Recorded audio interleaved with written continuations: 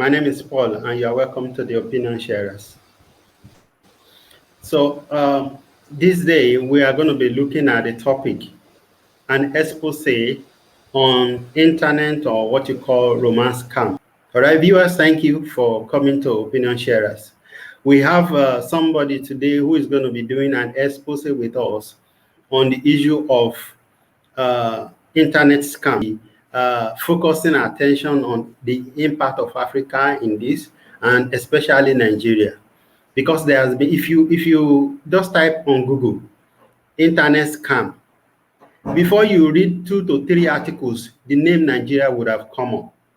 And I think I've actually had a personal encounter with somebody that's been a friend for years. And our perception is that majority of Nigerians are into internet scam. And in fact, I tried to, educate her, but it didn't work. All right. So that's what I mean. That's one of the motivation for this.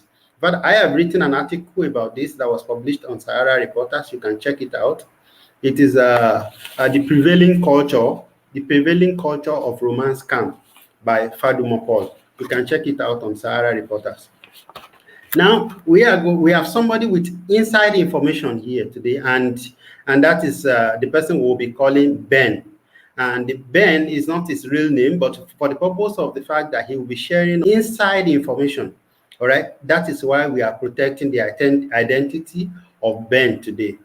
And Michael will be joining me to do an analysis of why is this culture, why has it become a culture, and then what is it that is promoting it, things like that is what we'll be looking at together today. Michael, you are welcome. And Mr. Ben, who would not be introducing himself, is also welcome. But I guarantee you, he has inside information. He understands the nitty-gritty of what is happening, and that's why we are protecting him. So, Michael, you want to say 1 or 2 things before we go straight into the discussion? Yeah, thank you, viewers. Good afternoon, and thanks for having me once again on the platform. The discussion promises to be educative, and the purpose of sharing some of these thoughts is not just for the purpose of talking alone. It's for all of us to learn, to get ourselves sensitized and conscientized on prevailing issues around us. So, happy viewing. Thank you. Thank you, Michael.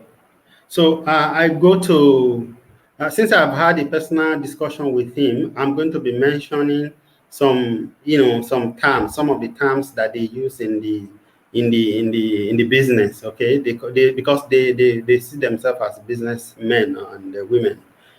So I'm going to start with the question of how do they start? Ben, you want to start with how do they normally start this internet fraud, or internet, whatever they call it?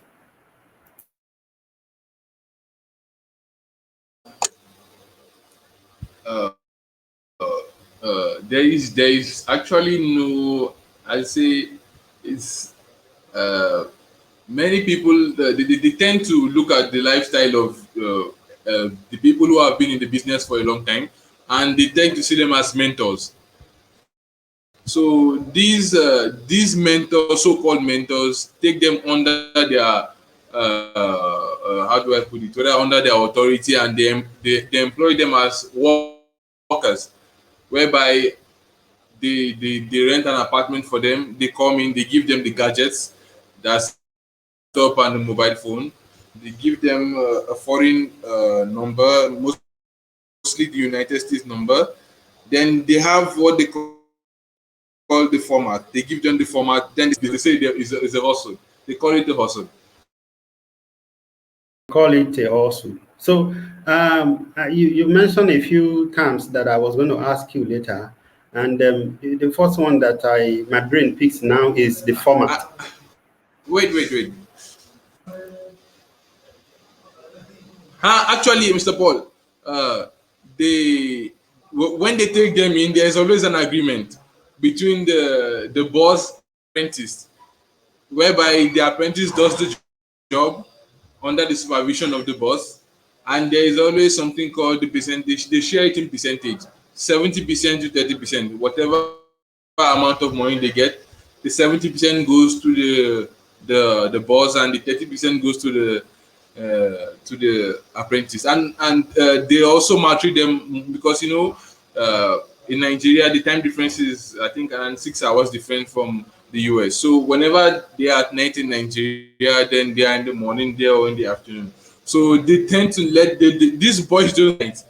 You need to see videos of where they, they make these boys stay awake, like they maltreat them, they flog them to wake up because they actually signed up for it. It's part of what they signed up. So that is basically how they start. That's not the ways they start. Some people start on their own. With Okay, I think you were muted. We missed what you said the last time. Anyway, let me go to another question. Don't worry about that. Let's go to another question. Now, since we are looking at Nigeria first, I would, still look at how the focus on Africa. But for what do they call themselves in Nigeria? What do they call themselves, and how do, since you say they recruit, some recruit people, how did they identify their targets? they call themselves the G boys, or their targets. They go on social media, mostly Facebook. They go on Facebook. That's how they recruit their targets. Facebook is I think the widest social media platform. So they tend to go to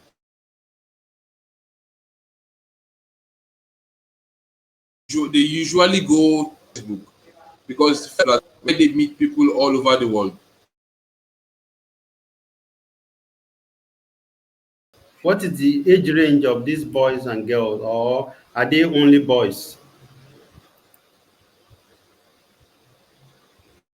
Uh, the age range is mostly the between 20 to 30 years. That's where you meet the maximum number of them.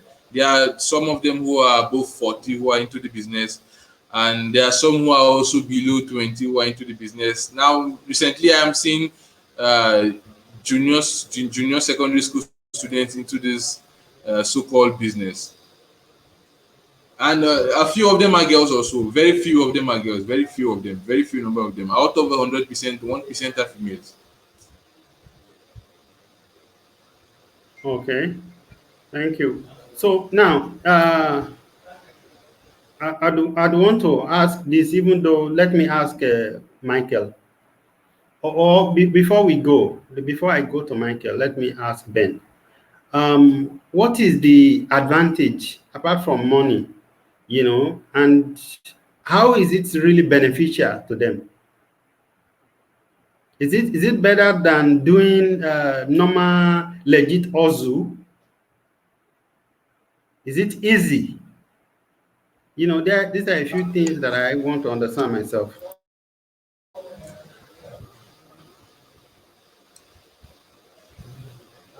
Uh, there is no other benefit which they get from it apart from money. They are doing it for the money only.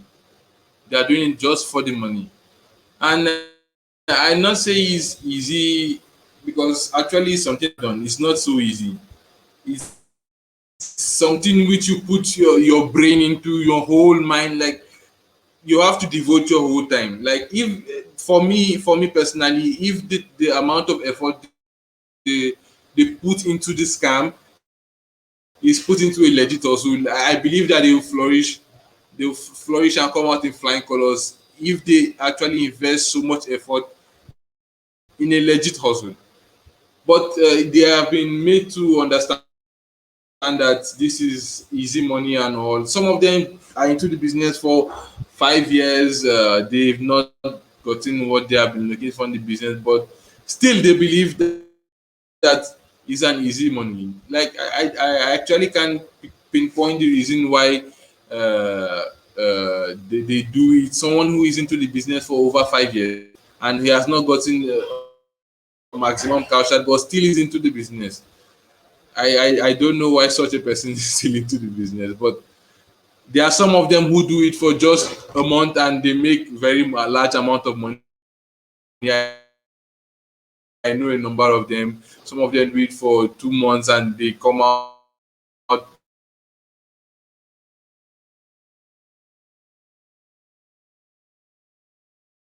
Okay, you mute yourself again.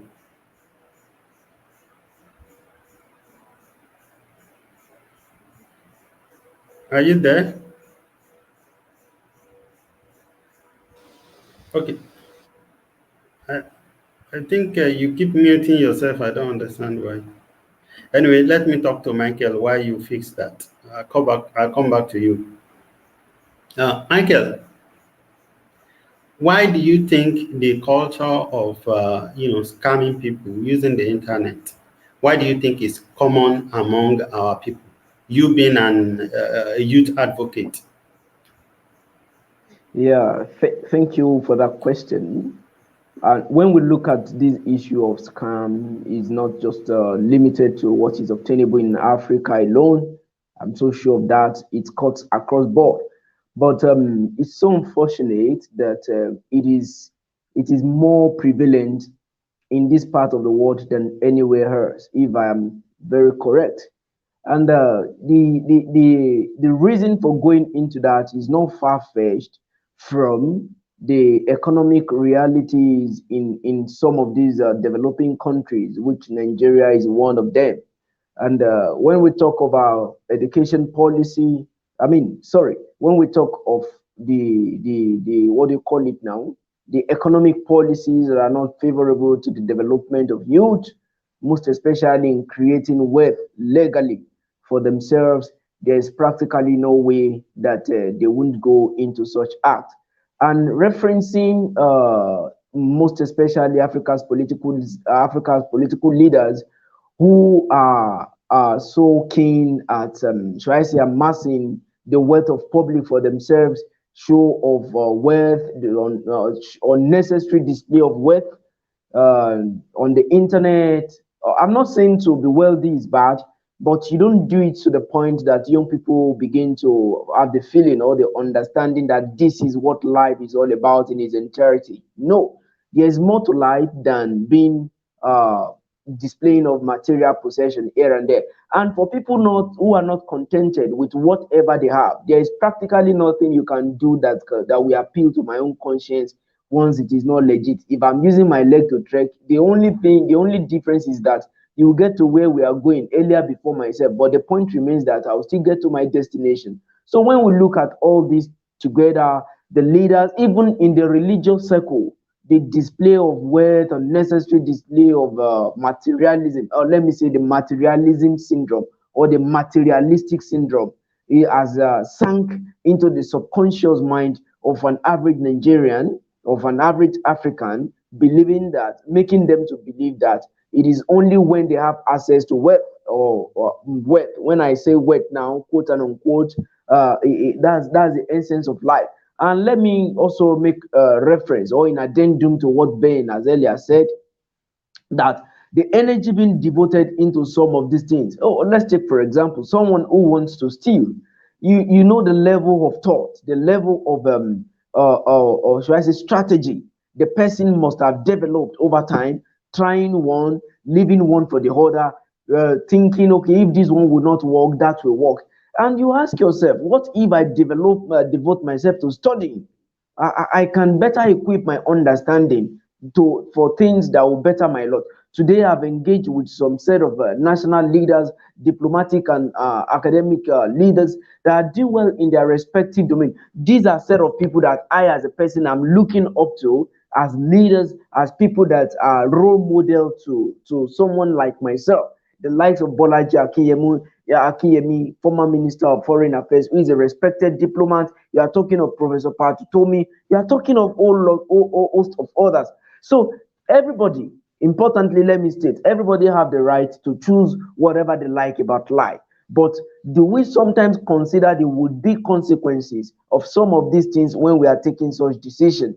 So it is very important for us to understand that the lifestyle of our leaders has a way of affecting the subconscious mind of young people, most especially in this part of the world. One such lifestyle of leaders is seen as a normal. When I say normal now, that quote and unquote is seen as a normal way of life. Then there's practically no way young people will not go to internet scam. And let me say this too as well. It's not limited to people, should I say, wanting to scam now. Some people are just so deliberate. I have this practical experience of people checking people's Facebook profile. Once they know that you have a high profile, that your profile on social media is well structured, they have a way of penetrating into you, perhaps wanting to know your status, for your financial status, and some of these things doesn't really work. So the lifestyle that some of these people display on social media is inversely proportional to the real life out there. So that's one thing young people don't know. And the earlier they realize this, the better. Otherwise, many people will be landing in jail. Thank you.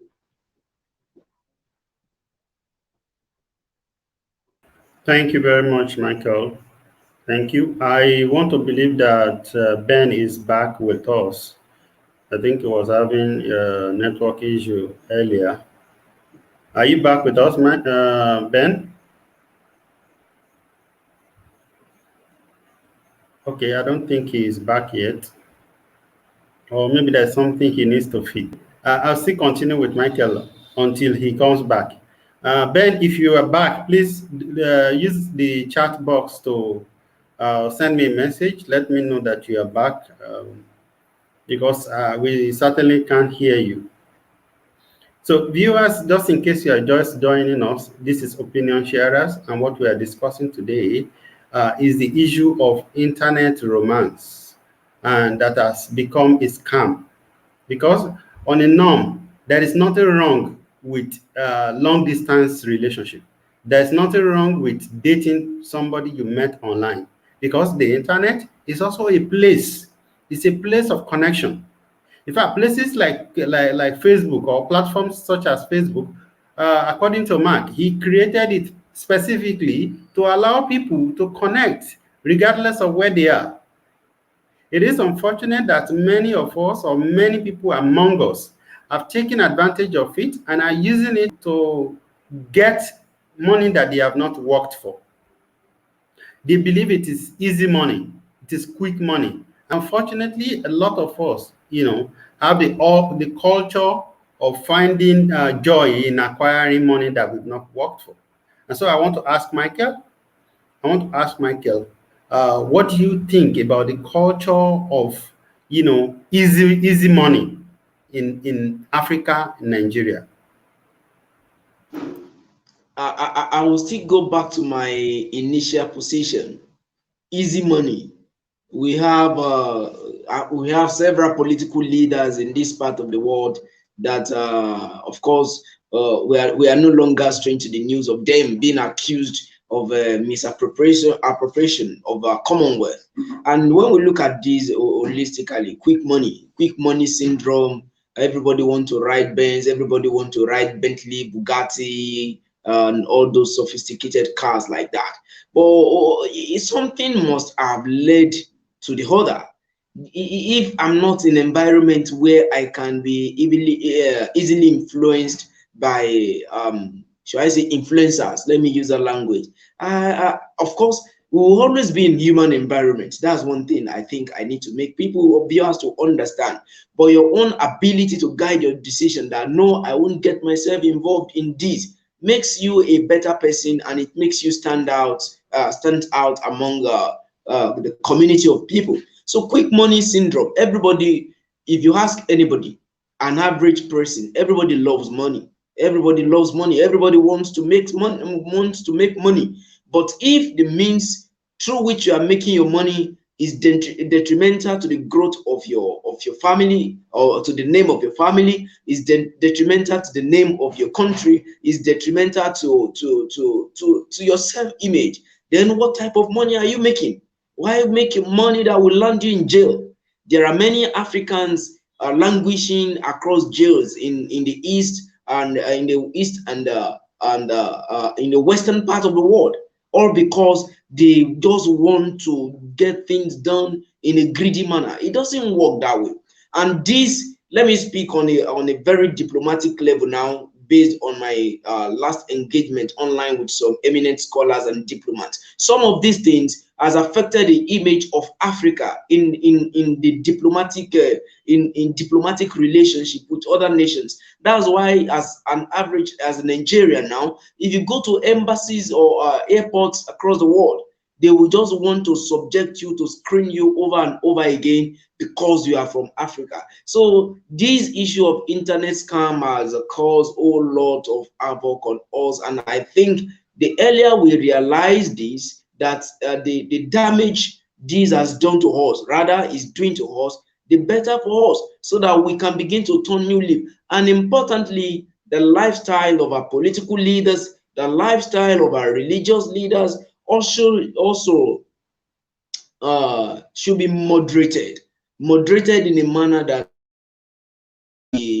how do I put it now? Young people will not feel that that is the essence of life. There is more to life than riding big car. There is more to life than going clubbing. There is more to life than doing all manners of things. So that's just my own basic answer to the question you've asked. Okay, thank you very much, Michael. I would like to ask Ben. Mr. Paul, am I audible now? Yes, you are audible now. Thank you. I want to ask you, Mr. Ben, Okay. are their families, these boys who are into internet scam, because Michael talked about family name and all of that, are their friends, family, are they probably aware of what they are doing? I mean, if I suddenly bring a Mercedes Benz, there should be somebody in my family who knows that I am not into any serious business, should ask me, how manage? So do you think their parents and their family members are aware that this is what they are doing?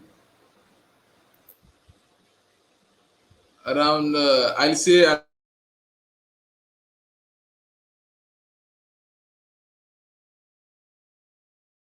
around 90% of them, their parents are aware of this. They know that they are into internet fraud. Around 80% of them, they are aware of it.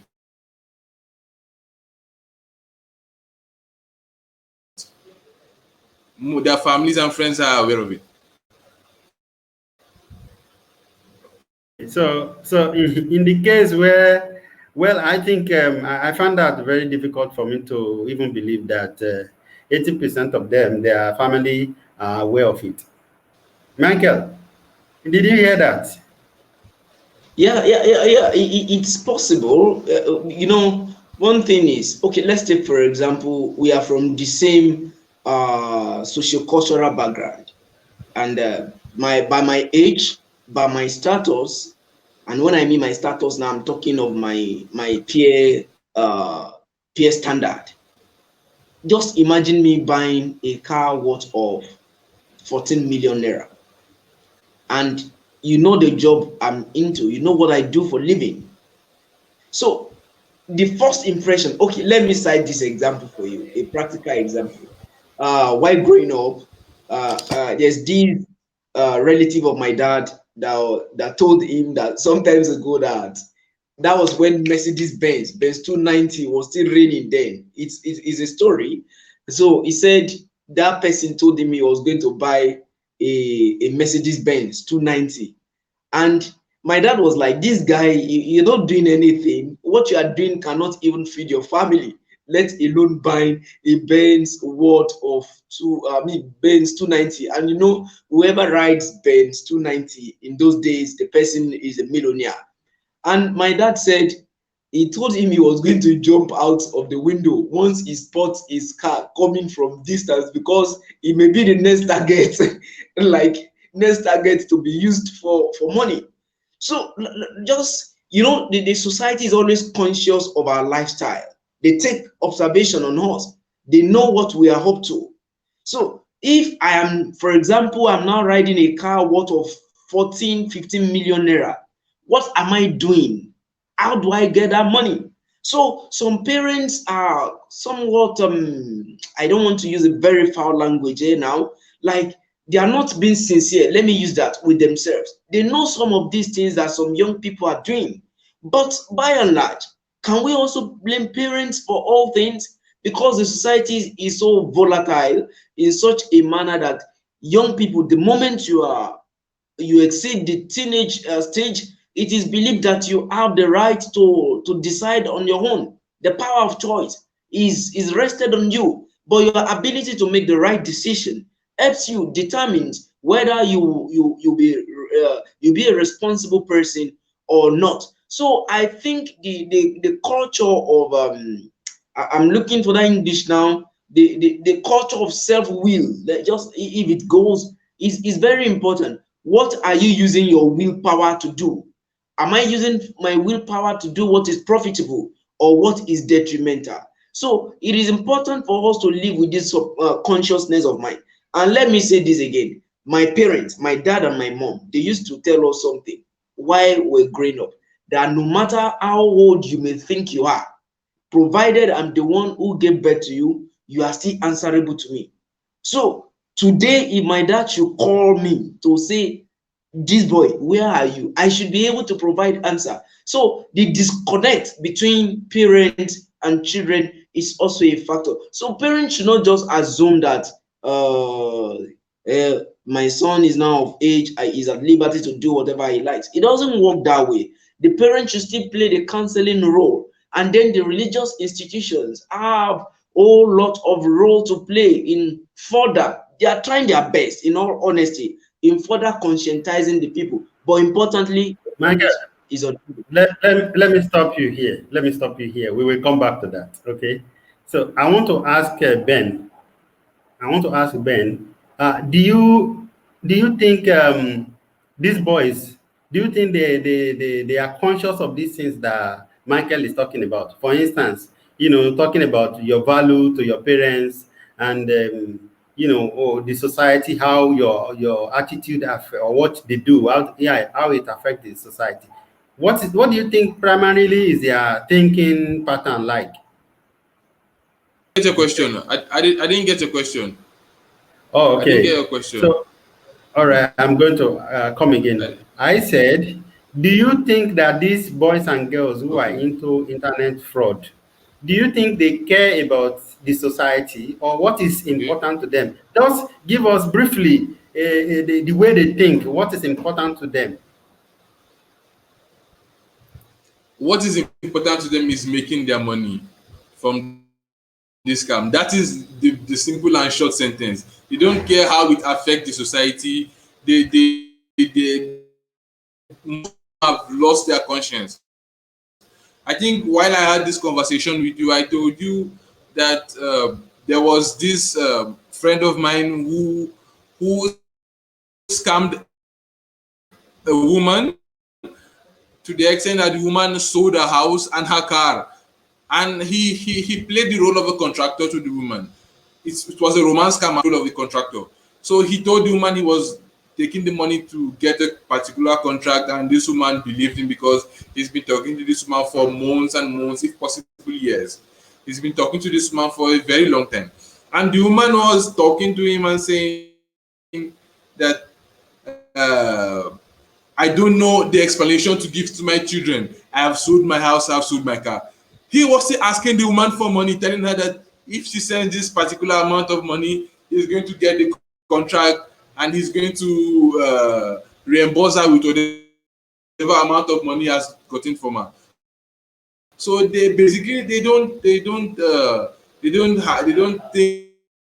about how it affects the society, the name of the country. They've lost their conscience. Most of I'm really surprised my internet is meeting up. Hello, Ben. Yes, I'm here. Okay. All right. So I want to mention some of Yes, the I'm here. terms or keywords.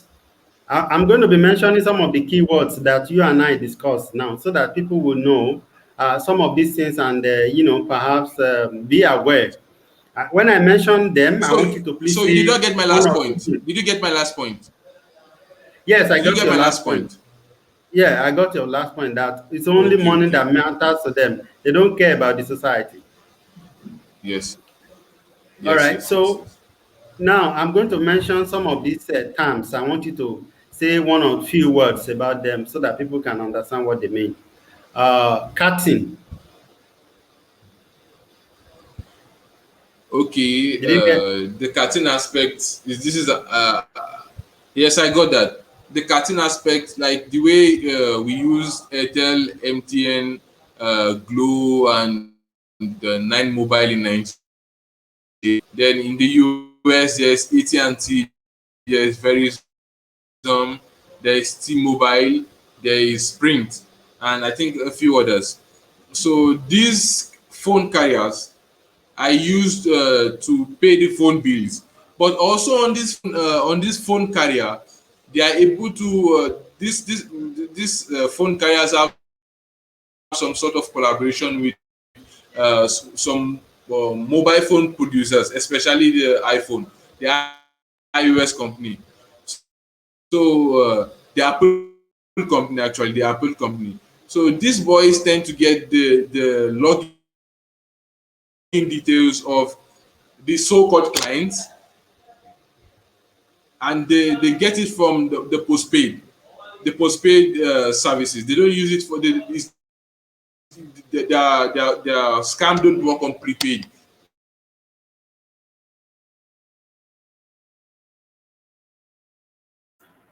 Okay, so let me go to another one. They use it What on is the postpaid. hookup? Life credit card. They get life CC you purchase. Then they use that client's information. Did you get my point on the carton? Yes, they use the client information. Understand what's happening? Did you got my point on the carton? Yes. Yes, yes, yes, To cut yes. to move a specific amount of phone, then the client ends up in debt. It lands the client in debt. They get the login details of the phone carrier. Like we have Airtel and MTN in Nigeria. In the US, they have AT&T, Verizon, Sprint.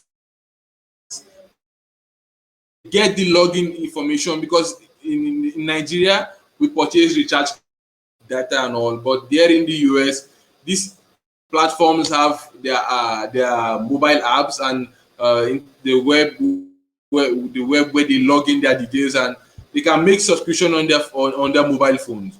So these scammers just need the login details. They log into the postpaid services of those phone cards, use the client's credit card information or a live CC which they purchase from the dark web.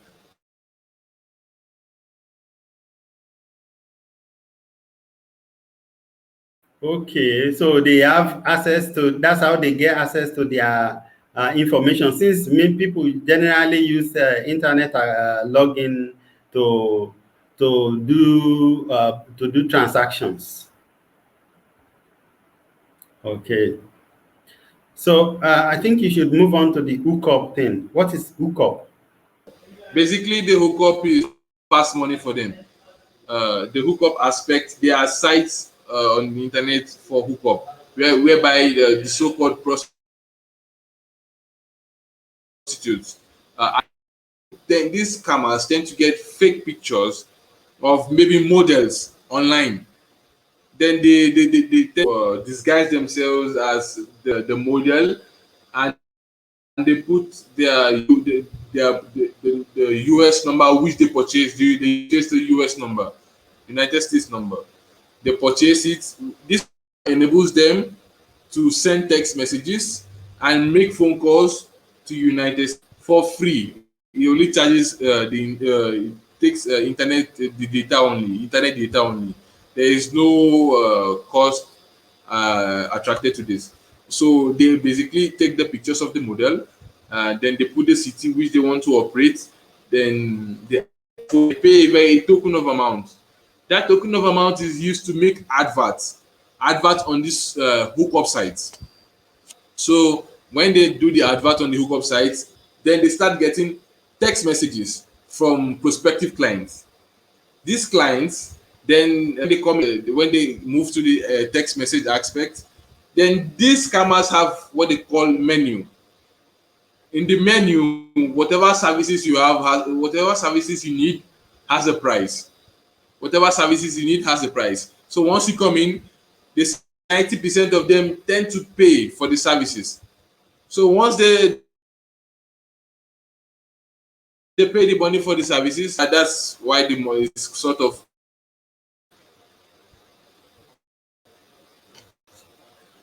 Over to you, Mr. Paul. Now we are getting a little bit insight into how they get information of these clients. Michael, I hope you are following. All right. So now, I hope you are getting my point. Mr. Ben. Yes. The next keyword would be, I want you to, if possible, I want you to join this one, the format and then loader. You mentioned the format earlier, but just briefly explain what it means and relate it to the loaders. Or perhaps I think I showed you. Combine three. The picker, the loader, and the format. Combine the three of them because of time, please. Okay, the format aspect, I think I showed you a copy of what the format looks like. There are different types of format. This format is well drafted, like a script which they read to their clients. It has every information which you need. You just have to, once they give you the client, have to adjust it. Maybe you change the name, the age, and your location in the format. Those are the basic things you need to change in the format to suit the person you are trying to portray. So in the format, everything there seems to be true. I think you've seen a copy of it, Mr. Paul, so you have a better knowledge of it. It entails what you tell your clients, and like I just call it a perfect lie. The perfect lie. That is what I call it. The perfect lie. And they put there are a set of people who put so much time into this. There's what they call the billing format. The billing format is what they use in collecting money. There's what they call credit card format. This is what they use in collecting the credit card information of a client. There's what they call I love you format. In the I love you format, you see how you profess love to the client. There's what they call the introduction format, how you introduce yourself to the client. There are lots and lots of formats. If I start explaining, I'll not end today. So you said something about picker also. The picker is most of the times is a United States. I say the country which you are scamming from is mostly the United States, UK, Australia, and Canada. These four places is mostly the citizens of these countries. Is either is a citizen of the country or a Nigerian who knows that these people are scammer, but is ready to risk his identity. He's ready to risk identity to receive money for these so-called scammers. So what? Okay, I think we lost his voice again. All right. So, Michael, I hope you are hearing, you are listening. You see how detailed these people are. You know, the format, he sent me a copy of what the format looks like. It's like when you want to do business and you have a blueprint such that everything detailed in total from one stage to another is being planned out. That's what he sent to me, what he showed to me, that he said this is what they call the format. That's what it is. So that is why I am somehow confused when you look at the amount of detailed work that these people have to do just to be able to scam somebody. So why not, if you, and since they work together in most cases, you see, someone is in Nigeria or is in Accra, Ghana, and is commanding someone in US, Australia, or Canada. It's not even one person. So he will be commanding the person that he is pretending to be dating. He is also commanding the person that is going to pick the money on his behalf. That is the picker that he was talking about. Do you want to finish your statement, Ben? Said the picker usually he has his percentage in the deal. Yes, I can hear you. He has 30 or 40% depending on the negotiation with the person. To correct the narrative. I want us to correct the narrative that portray Nigerians generally as though all of us is the one that do this, because that's one of the things that I want Michael to talk about. And I just received a message from Timileyin, so he will be joining us soon. Such that people will know that it's just a few percent, a few people among us that is this dubious. It's just like when you talk about politicians in Nigeria, the politicians that are destroying our integrity, that are destroying the economy of our country, they are just a minute. They are less than 1%, or maybe at most, let's say they are less than 5%. These politicians that have been destroying our economy for 60 years. In a few days now, Nigeria will be 60 years. All right, they've been driving us backward, especially in the last 2 decades. So that's why one of the reasons I want to portray this, and I want to say it in details. I don't just want us to say it in theory. He has the information. I'm telling you that the format, what he called format that he sent to me, I was amazed that young boys and girls, Nigerians, could sit down and draft something like this. I am a writer. Michael, you are a writer yourself. You know what it takes to be able to put your thoughts down. So if people can sit down and draft something like this, there's no how I can show it to our viewers. I would have said I'll find a way to send it to them so that they will see what he was describing as the format, what it actually looks like. So it's not something, they are not dumb. They are people who are intelligent, but they have decided to use their intelligence the wrong way. And every one of us, Timileyin lives in Canada. He will come and explain to us what an average Nigerian who lives abroad, what some of us have to deal with or have to go through when you talk about, this issue that we are talking about. All right. So Ben is back. I hope it's going to be better now while he's using his mobile. Can you hear me? Yeah, I can hear you. Am I audible now? Very well. You are audible. Okay. So I want you to talk about the loader now, or is it loaders? Okay.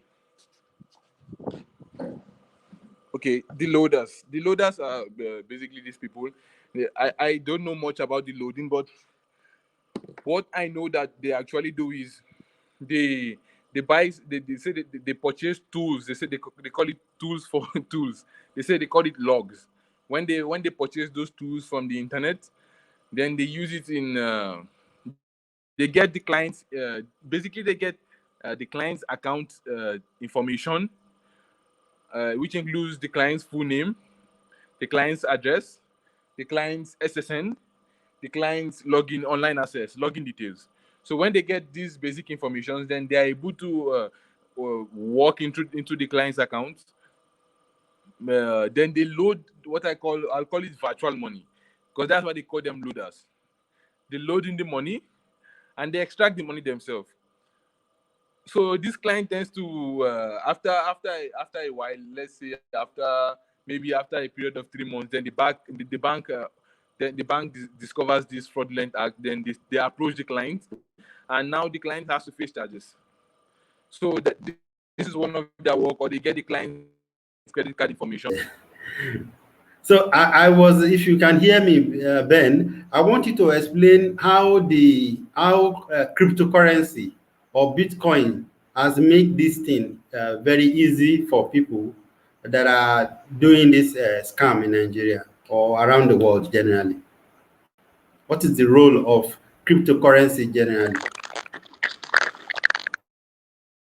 Okay, am I audible now, Mr. Paul? Yes, you are audible. The major reason why they use cryptocurrency is because it's widely accepted and it's untraceable. Because cryptocurrencies are untraceable. That's why they all use cryptocurrency. That's why everyone is switching to cryptocurrency at the moment. Um, if they are using cryptocurrency, and I'm sure Nigeria banks or maybe most African banks doesn't accept cryptocurrency. I think, I mean, as far as I know. So how are they able to cash out the money in Nigeria then? Michael is having electricity challenge in Nigeria there, so he has to excuse himself. So Timlane will be handling the analysis part of it. Timlane, you're welcome. So now, Ben, I want you to please take us through. If Nigerian banks are not doing using cryptocurrency, so how did they cash out the money in Nigeria? So if you are conversant with Instagram, you have come across many platforms, legal platforms, where they are able to trade cryptocurrency, and it's legal. It's legal. So these scammers get the cryptocurrency and trade it with these legal organizations. That's what they do. They trade the cryptocurrency with legal organizations. Since the bank is not accepting cryptocurrency, this is what they do. So you now see that it becomes quite easy. Yes, very easy. Yeah, you were saying something. I said very easy. I said they trade the cryptocurrency with legal organizations. If you are conversant with Instagram, you have come across them. I don't want to mention the names, but there are a number of them which are very legal for trading cryptocurrency, and these scammers trade the cryptocurrency with these organizations legally. Wow. So we have a system that makes it easy for them, and Yes. excuse me, I muted you, Ben, because your line is bringing some noise. Okay, so I want to quickly say something, then I want Timlane to say something based on what he has heard so far. You are just joining us, Timlane. What do you think? What do you make of this? The fact that they cannot withdraw the money in Nigeria, all right? But there are legal ways of transacting cryptocurrency, converting it to cash in Nigeria. What's your opinion on this, Timilai?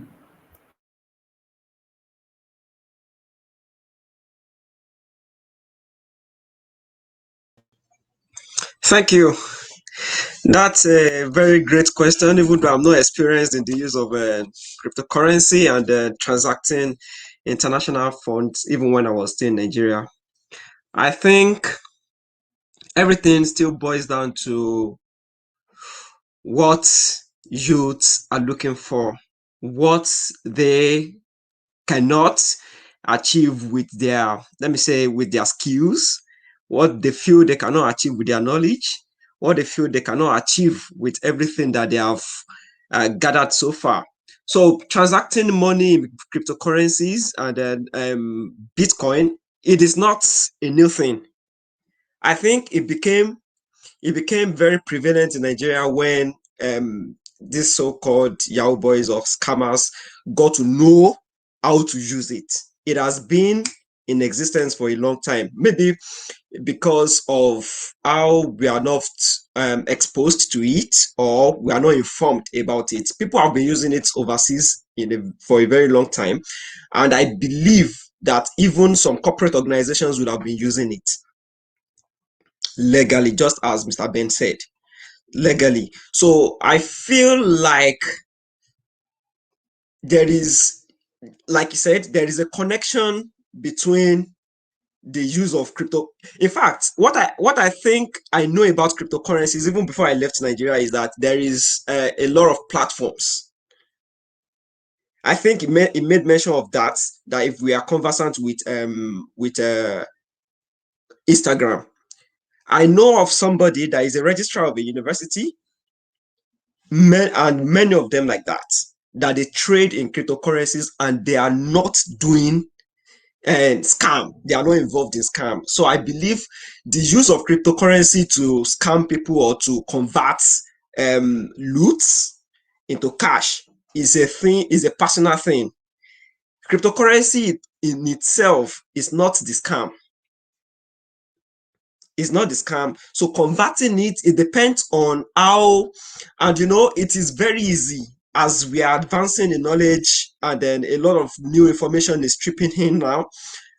People know how to do things easily rather. People now know how to do things very easily. It is a seamless way of, it's just, they call it, I think they call it digital money. So it's just as if you feel like your money is not safe in the bank or it's not safe with you. If it's like something you keep online, it is virtual. So the fact that people have converted it to their own use does not invalidate the significance of cryptocurrency in the financial world worldwide. So it is for their own gain. It is for their own, let me say, for their own hidden agenda that they are using cryptocurrency in the wrong way and converting it into cash. Okay, thank you very much for that submission.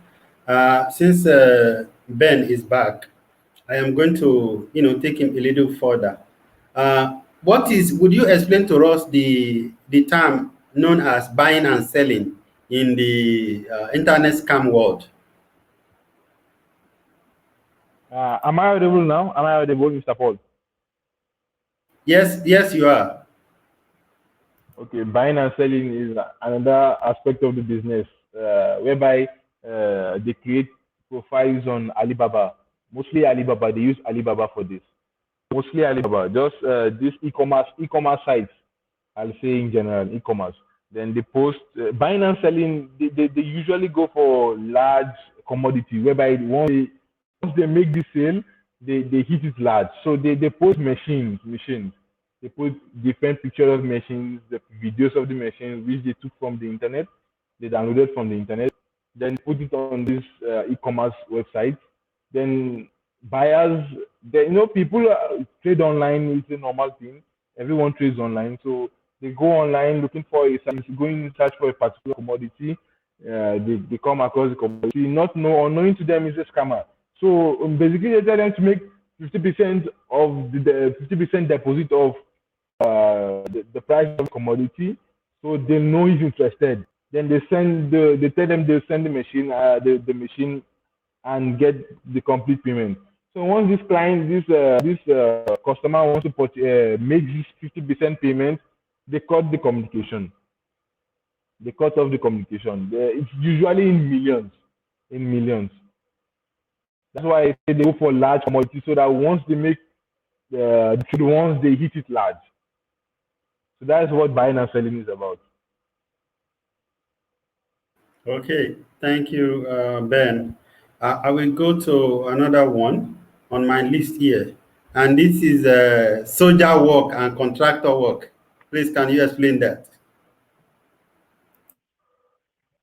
Uh, soldier work and contractor work is they are relatable because they are mostly built on romance. The soldier aspect is they meet these women online, mostly older women. They tend to target older women. They tell them that they've been deployed to a certain country, maybe Afghanistan or Iran or Iraq. They tell them just these places where there is the war is happening. So they said they've been deployed there, and they tend to be communicating for a very long time. Maybe after a month, 2 months, they won't ask for a dime from this woman. So what they do is when they go for this special assignment, then after a few days, they didn't communicate to this woman back and say, okay, the special assignment was successful. The government decided to reward them with, let's say, $500,000. So I am able, Mr. Paul. Can you hear me, Mr. Paul? Yes, yes, we can hear you. We can hear you. Continue. Okay, so once they tell this woman that the government rewarded them with 500,000 US dollars, that is going to that they gave it to them in parcels, so that they said they should send it to their families, to their homes, their families. So this guy, the so-called soldier who is a scammer, tells to the woman that, and mind you, during this period of 1 month and 2 months, they've been making phone calls. They've been making phone calls telling them that they're talking through satellite phone, so they can talk to them maybe once a week or once in.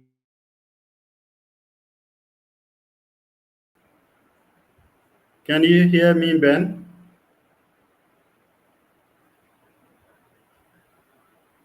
Okay, I think we lost him again. So now, Timlay, I want you to please take a look at.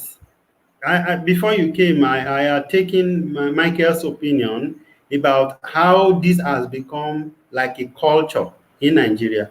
And it's not only in Nigeria, even I think it's something in West Africa, because I've seen a documentary where a woman was being scammed all the way from Australia. And so there's the station, the TV station that conducted the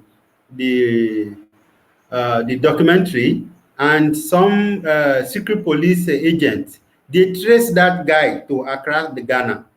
You know, they show him, they interview him, and all of those things. So it's not just in Nigeria. So I want to, and it's because it's gaining more popularity by the day. So I want you to talk about how this has become like a culture. How manage?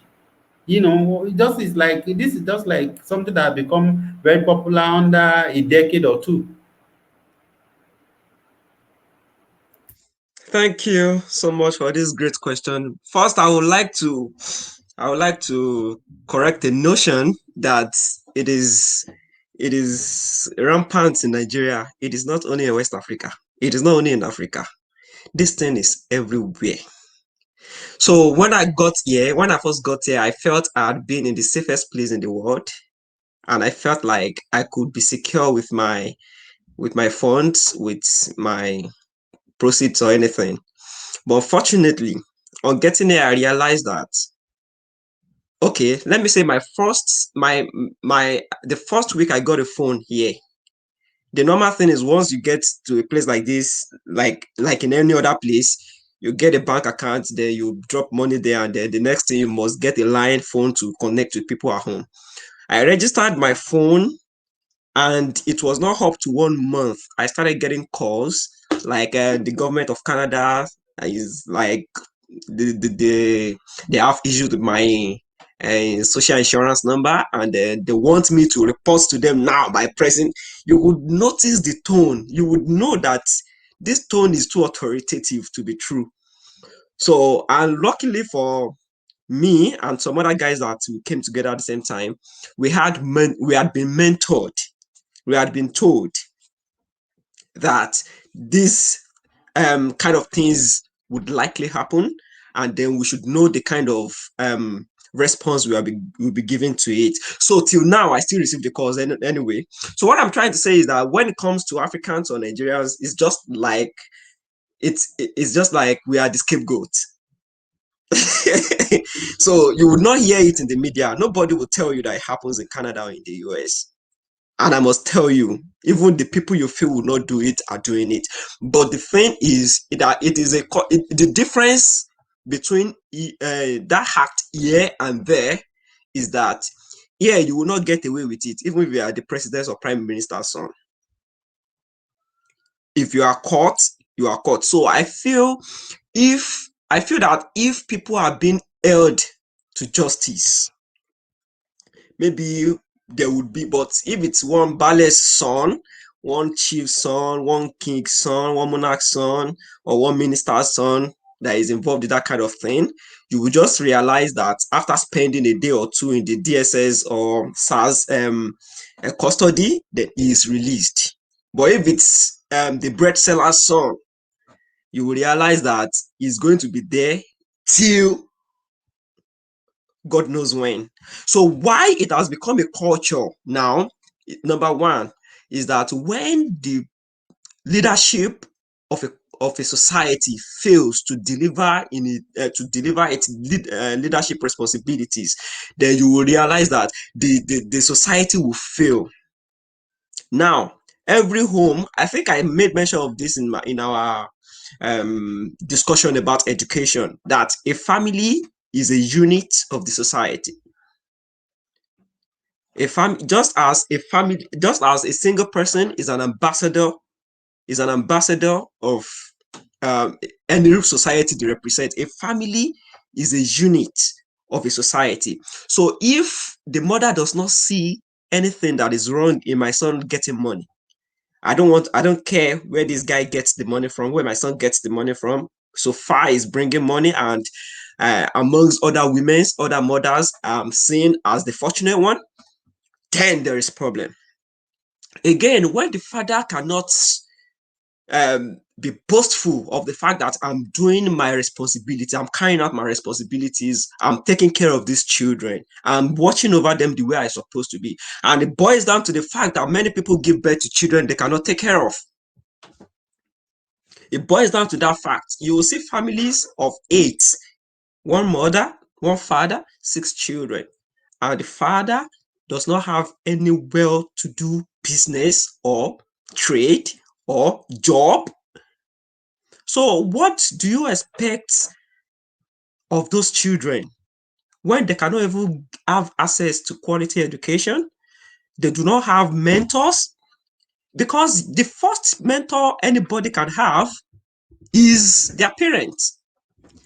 So now, if God forbid, if my dad sees nothing bad in a corrupt politician and he sheepishly or gullibly follows a politician, oh yeah, this APC, oh PDP, without making the children, because everything we do, the children are seeing it. So if my dad doesn't see anything wrong in our local government chairman stealing our money, so far my dad is getting appointments, then there will be something wrong with my mentality and my value system. So it boils down to the fact that children are looking up to their parents, and parents are doing wrong things that is sowing the seed of corruption in the heart of children. So now many parents, they make their children see that, see, we are poor, we don't have money, but Mr. A has money, so respect him. Mr. C does not really have money. So the way parents communicate at home, they give respect to people that have money, and just as if money is the respect that people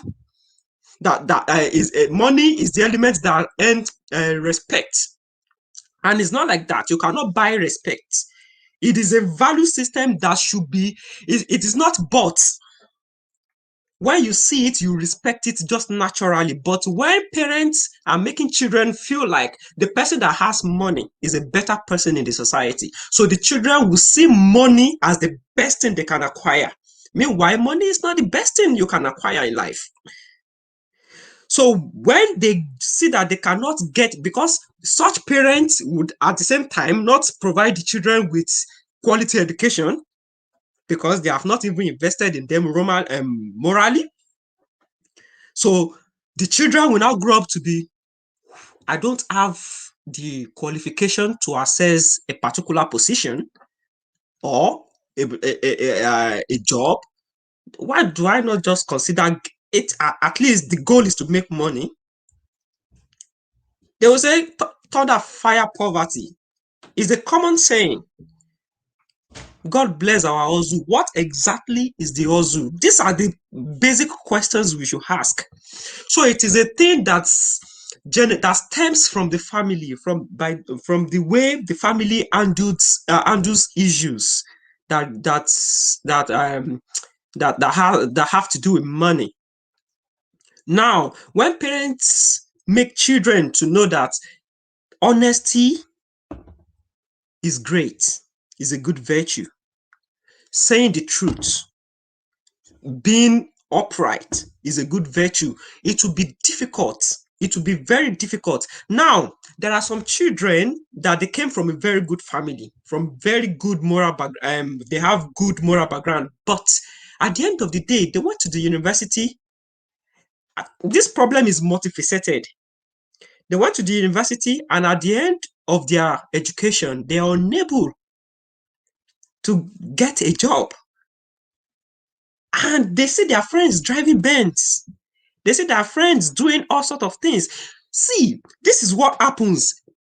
By the time you get an average youth now gets money to get a girl's attention, ladies' attention, to acquire stuff, Benz, Honda, name it, to get all sorts of things, and then what next? Then to trample upon the other person.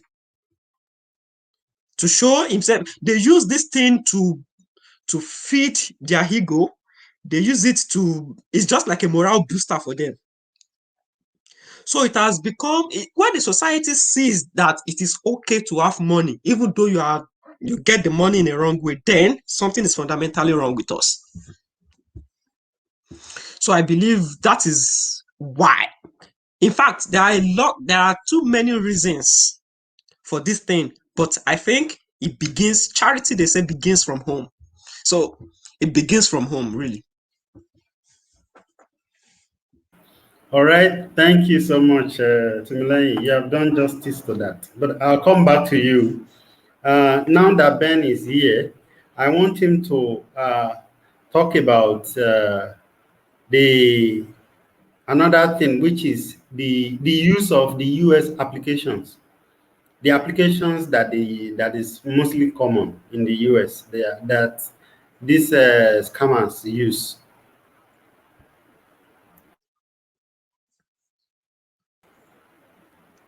Ben, can you hear me?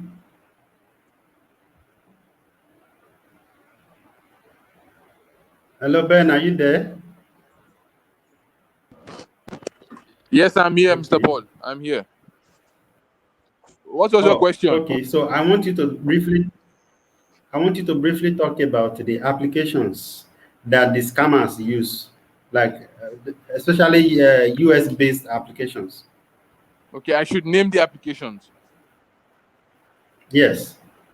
Okay, one is the Google Voice. Google Voice helps you generate US numbers, which you can use in making which you can use in opening any application, including WhatsApp. WhatsApp recognizes Google Voice number, and there is also Text Now. Text Now also helps you to generate US numbers, but the Text Now doesn't support some applications, WhatsApp included. So the reason why Google Voice is recognized, because for you to open the Google Voice number, you have to have an original US number. So these scammers tend to get their client's phone number, then they use it to activate their Google Voice number. The client helps them to get an OTP, which they send to them. Then they use it to open the Google Voice number. So that's Google Voice application. There's Text Now. Then they use the Hangout application for chatting, and then generally Facebook, Instagram, Twitter, whatever social network, Meet Me, Tinder, OkCupid. You can name any dating application they use. Then also they use a number of IP changers like CyberGhost, Hotspot Shield, NordVPN, Super VPN for changing their locations, because some application will not allow them access into the site because of their location. And these VPNs are paid for. They pay for them to change their location so they can access some applications. What other application is there? That's basically the applications they need to start the work. Those are the basic applications. Okay, now Ben, thank you very much. I want to take it forward. If apart from using cryptocurrency to cash out the money that they are able to get abroad, what other means do they get in receiving money in Nigeria or in Africa or wherever it is that they are doing it from? I did not get you. Apart from cryptocurrency, what did you say after that? I did not get you, Mr. Paul. Okay, I said apart from cryptocurrency, what other means do they use in getting money? Is it do they use bank directly or bank transfer or maybe international money transfer agencies? Okay, there are many. The way you collect the money is dependent on the part of the work you are doing or the particular format you are using on the client. Okay, when I say format, as for the contractor one which I did not explain, contractors travel around the world. So when you could tell the client that you are having a contract in Africa and you can name Ghana or South Africa, depending on the location of the scammer, he can tell the location he is. So he tells his client that he's having a contract in this also location, and when the client wants to send money, he knows, okay, this man is in this place. He's in Nigeria. He's in Ghana. So when he wants to send the money through this Western Union or MoneyGram, the money goes directly to Nigeria, just because of the format the client is using on him. Some collect the money via gift card, Amazon gift card, iTunes gift card, Google Play gift card, Steam Wallet gift card. There is what they call My Vanilla gift card, One Vanilla gift card. So these gift cards, they are usually of a particular amount: $25, $10, $25, $50, $100, $200. So when the client purchases the gift card, he scratches the gift card and sends the picture of the gift card with the receipt. So there is a site called Paxful. There are people on Paxful who, these are legit people who purchase these gift cards and trade them for cryptocurrency. So that's basically how those are the two major ways of getting money from the client, apart from Bitcoin.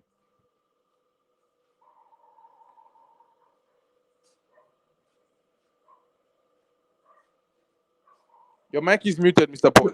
You are muted. Sorry, thank you. Now, apart from these ones that you have mentioned, what about bank check? Good. Can you hear me? Your voice is breaking, Mr. Paul. Come again. Okay, I said apart from what you have mentioned, what about the one they call bank check? Okay, bank check is another kind of job. This is the more like the simplest. These guys is also the kind of the work of the loader. They get the client's basic details that the client can give to anyone: his address, his full name, and his bank name. These are just the three informations they need.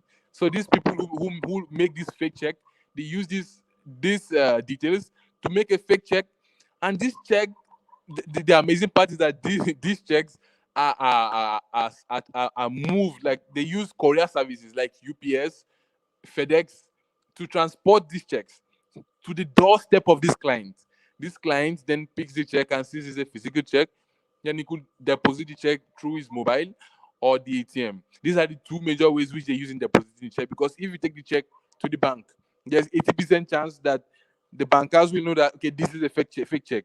But if they mobile deposit on their mobile phone or the ATM, there is almost no way for the mobile banking app or the ATM to detect it's a fake check. It should take a period of time before that will be detected. So that's what the bank check is all about. Okay, I remember the last time we spoke, you told me about SBA. What does that mean? I don't, because this is like they call it new update. I don't know much about SBA, but what I know is is a sort of loan. that is granted to clients. They need the client's basic informations, not basic informations. There are also some more, like they need the client's ID card, the client's name, address, and some other details. Then they go to this SBA site and they request for loans, and the loans are in large amount of money, like 100. Because I heard there is there've been cases where the loans were granted $90,000, $100,000. The main reason why they need these clients' bank information, because I think the sites basically needs the account number where they need to deposit and your ID card as proof. So these people take the online access of the banker, of the client. So whenever the money comes, because they say it takes a period of 2 weeks, whenever the money comes to this client's account, they will know. Then they'll be the one to extract the money. So this might happen, and the client will have zero idea of what's happening in his or her account. Then after a period of time, these people who give the loan out to this client will start disturbing this client, and now the client has to pay that debt. That's why I said these people are conscienceless. They don't have conscience. They've lost their conscience. Over to you, Mr. Paul. That's what the SBA is about. Can you imagine that somebody going to take loan on behalf of somebody else, and then that person, after you have taken that money, he is the one that is going to be paying, perhaps for the rest of his life. Anyway, before I forget this one, I learned there is a slang that is reigning currently since this pandemic, and they call it a benefit. Can you please say one or two things about that?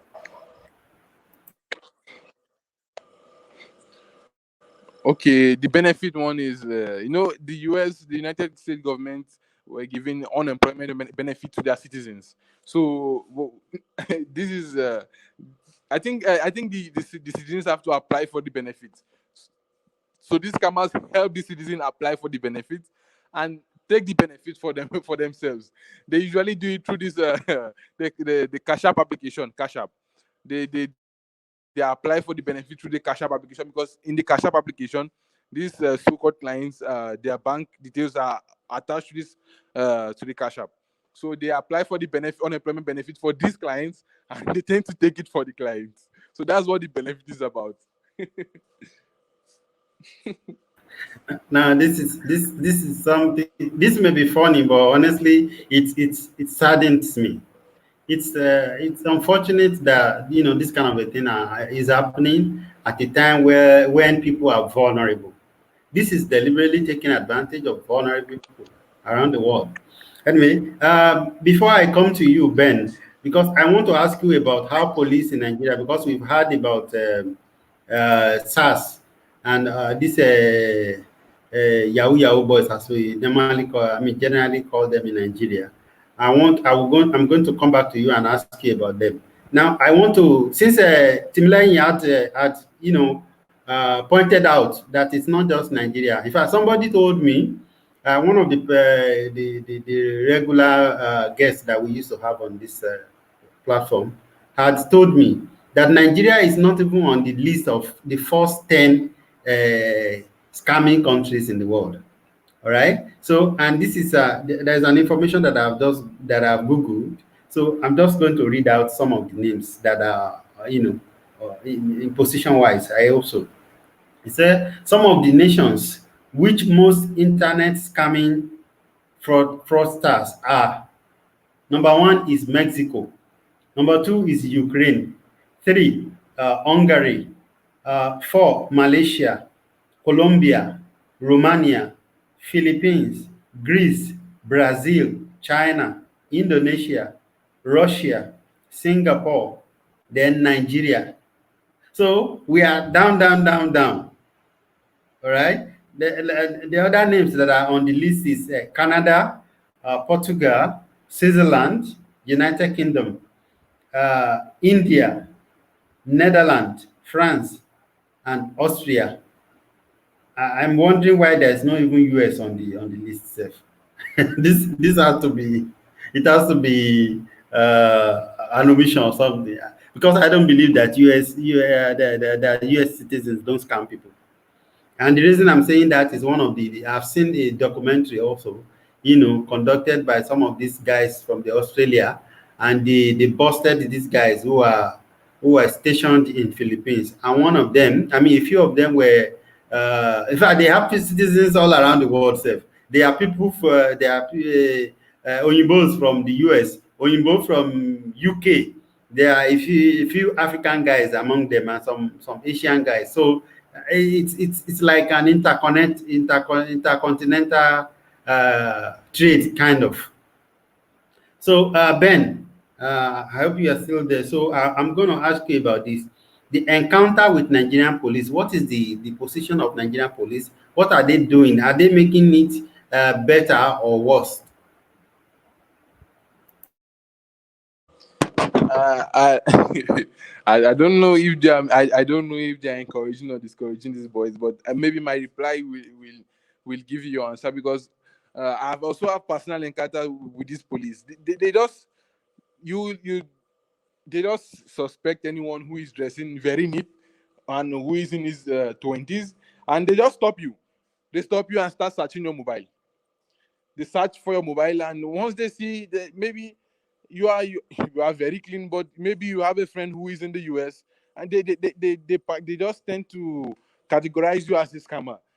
What they do to you is, once they stop you, they see those information on your mobile phones, then they take you to the ATM. You slot in your ATM card, they check your account balance. If you are having 150,000 in your account, they take 149,000 out of your accounts. This is what they do. They take 149,000 and leave you with 1,000. I've had this personal experience with them whereby I was working on my own, and they did not just stop me, they cocked the gun. They said they cocked the gun. Kaka, if you move, I shoot. I was laughing. Then I was very clean. They searched my mobile. They put you in their vehicle and start taking you. They roam with you. They start roaming with you. When they check you and they see there's nothing on you, they then drop you wherever they feel like. Wherever they feel like. So I don't know for you now. When they see these scammers, as long as the scammer is having money in his account, they tend to take all the money from their account. Then if you are sometimes, when you are dressed very neat and there is no money in your account, I have seen this live. They beat the person. They beat the person. I have seen it. It's not like someone told me. I have seen where it happened. They beat the hell out of the person and drop the person on the road. So you answer the question yourself, Mr. Paul, if they are encouraging or discouraging them. Okay, thank you. Timilein, have you, since you are a clean guy, okay, so before leaving Nigeria, because me, unfortunately, I mean, maybe I do, whether fortunately or unfortunately, before I left Nigeria, I never encountered it. Okay, maybe it was not prevalent then, that was 6 years ago. Since you left Nigeria not up to 2 years, right? So I want you to, did you ever encounter it, or your friends or close friends who may have had such encounter, and give you details of it or gist? I know that it is common for Nigerians. In fact, I've seen Nigerians who say they come from abroad. When they see you that you are clean, or you dress in a particular way, they just pick you, and then they begin to harass you and want to get money from you. In fact, if you follow this guy, Sega, on Twitter, you find out that people are always tagging him and saying police from social place, they stop them, went and check their account and take money. Who does that? That's, I don't know how to describe it. Anyway, Timley, let's have your opinion on that. Ben, please hang on, don't go. Yeah, regarding police, I think I've been fortunate enough not to have had any encounter with them. I don't know. I think I look so ignorant, and indeed I am. So I think there are two things that contributed to the fact that I feel that I was not a victim. Number one, I don't just go out. I'm not an outgoing person. I don't go out except when it is very necessary. I'm an indoor person. That's the first thing. And second, even if I'm going out at all, maybe you are seeing me in my pants, trouser, and then talking, and so you think this one is a secondary school teacher.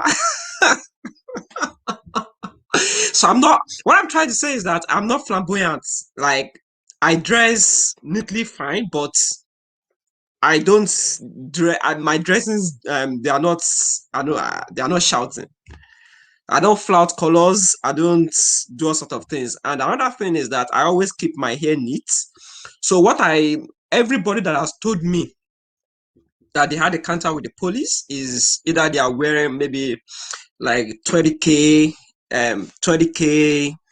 trainers or Gucci shoe, or they have dreads on their head, and then earring, things like that. I think those are the things they look for. And now these days, I think they spot guys that are using good cars now.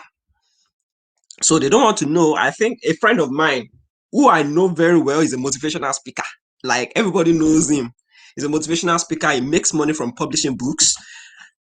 He told me that they stopped him at Iwo Road in Ibadan. So he was driving and they asked him, where is his ID card? He said he works for himself, he doesn't work for anybody. And he brought out books that he has written. This is my name. And he showed them his driver's license. Driver's license should be a national ID. They said, no, you cannot be driving a car and not have a good job. So I'm very surprised that the police are not diligent enough. And then the truth of the matter is, I know people that they have picked up who are indeed doing these things. And because these people have enough money to give to them, they left them. And that's how the case ended. So this will give some of them motivation that if I have the money to settle these people out. In fact, don't people say SARS now a customer? So does that speak, like, does that send a message across? They will tell you, SARS is my customer. Like, they come here every now and then and I settle them. So when they come again, as much as I have enough to settle them, I don't have any problem. So I think that's why I said this problem is multifaceted. We have a lot of things to do and we have to look at it holistically. We cannot just be saying Yahoo boys are bad, so they have to all die. Or they have see, this problem is a very big one and we should tackle it as such. So the police are not even contributing at all. They are not doing anything. They are supposed to be there to protect the lives and properties of people, but they are not doing that. Rather, the people that have looted, that have scammed people, they would rather go to them and collect money from them. What I used to drive before I left Nigeria. If police stops me and I provide everything that they requested for, they will still ask me anything for the boys. So where do you expect me to get it from when I've shown you every possible thing that should be shown to you? So they really don't care. It is when you tell them you don't have anything to show to them that they will not say, yeah, open your boots. So had it been I had enough to give to them, even if I had a dead body in my boot, or I had cash in my boot or anything, illegal money or anything, then I'll be free. So that's the level of decadence, even in security, regarding security at home. Okay, Timilai, before you stop, I want you to answer this question. What is the relationship between religion, money, and respect in Nigeria? It's a very big question. In fact, it's a very, very big one. Religion, money, and respect. I think I talked about money and respect. So when religion comes to play now,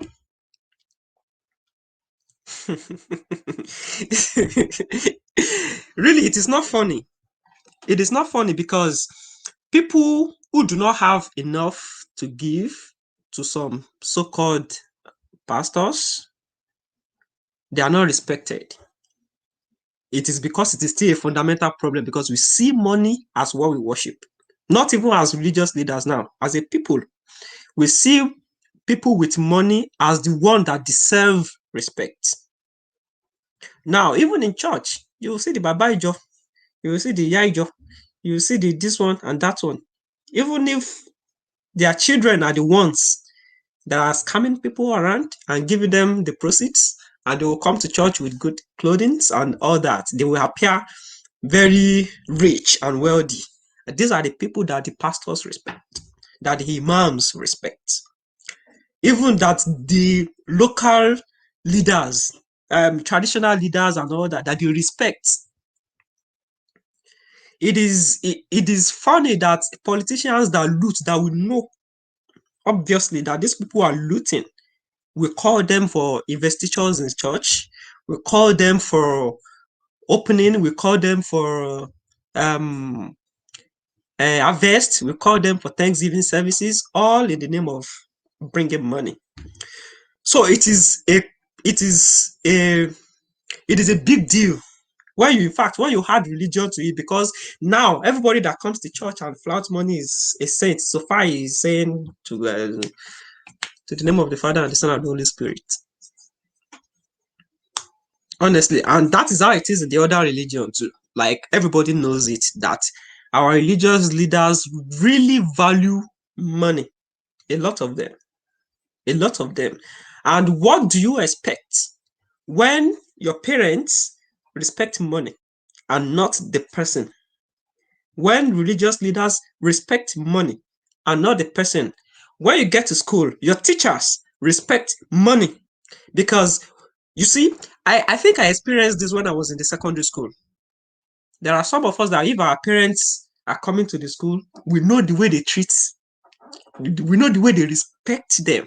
And there are some others, when their parents come, we know the way they look at them anyhow. I hope I'm passing a message. So when teachers, these are places that that we are supposed to be getting knowledge. Schools, educational institutes. When teachers are seeing parents, and when in fact you would know it, even if the boy is a very stubborn boy and the parents are wealthy, the way they treat them.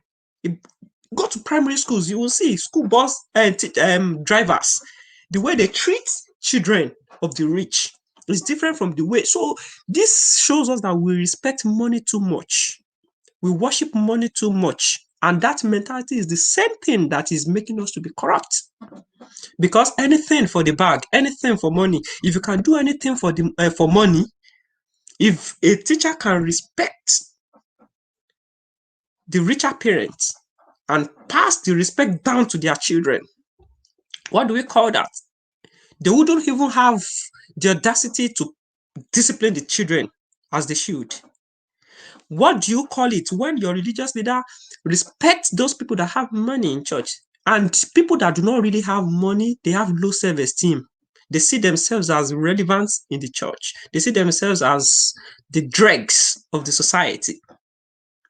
So then they are battling with their strength, with their inner strength. And the people with money, they are flourishing in their ego.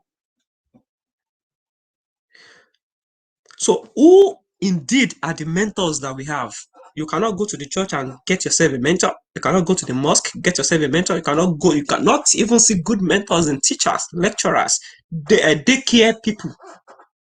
Even in the hospital, if you do not know somebody, they might not attend to your patient. I'm telling you for a fact. So who do you look up to? And there you go, parents, another thing entirely. The first mentors. So in fact, when religion comes to it, it becomes a more difficult topic to discuss. Because everything that happens in the church and the mosque are supposed to be sacred, and they are supposed to be respected, and are supposed to be kept holy. But no, we have bastardized everything because of our corrupt ways.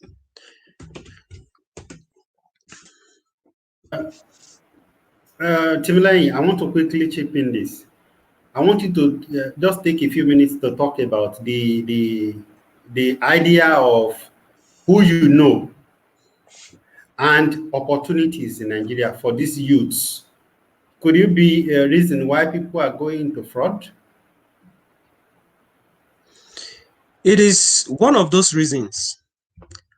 It is one of those reasons. I think I have a mentor who has won international scholarships, and I can say for a fact that is worth it. I know a lot of them, here, there, and there, a lot of them. So, but they will all tell you these are the people that compete for international scholarships and they got awarded. But when it comes to local scholarships that are supposed to be ours, they don't get them. So something is disconnecting.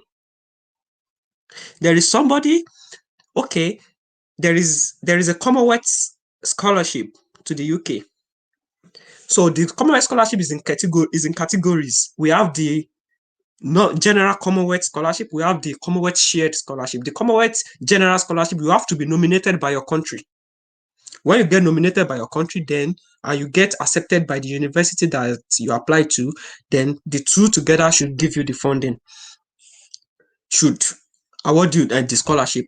And the other one, Commonwealth shared, instead of your country to nominate you this time around, is the UK university that is going to nominate you. So somebody went for the general Commonwealth and he went for the interview and he did exceptionally well according to his story. He did exceptionally well. He was interviewed and he answered them perfectly. And he asked them, so when should he expect to hear back from them? You know, for you to have seen somebody that has put in effort to do well in school to come out with the first class, at least, even if it does not deserve the scholarship, you should be kind with your words and say, we'll get back to you when we can. Please go out, next person. So that's just his experience for that interview. So he now went ahead to apply for the Commonwealth shared, that it doesn't have anything to do with the country, but it has to do with the university. So he competed for the scholarship and was awarded the scholarship. On getting to the UK, he met a friend who is from a rich background, and he got to know that the friend was also a Commonwealth scholar. So I asked him, oh, you must be very bright to have gotten the Commonwealth scholarship. Is it shared or general that you got? He answered, I got general. So the guy was like, you must be really smart for you to have gotten general. I applied for general. I went for the interview. He said, which interview? I didn't go for interview. So that is to tell you that when our people compete internationally, they are worth it. They get what they deserve. But when it is the time for our people to nominate the best, that's when you remember that my uncle's son is there, my son is there. Why shouldn't I award him the scholarship instead? So it is still a corrupt mentality. Secondly, even if you go to a party in Nigeria, it is funny, but it is not funny. If you go to a party, you will not get served the best of the meals there if you don't know somebody. You have to know mommy Bola or no mommy Jumoke or no mommy Kineko. This have one table. So things like that.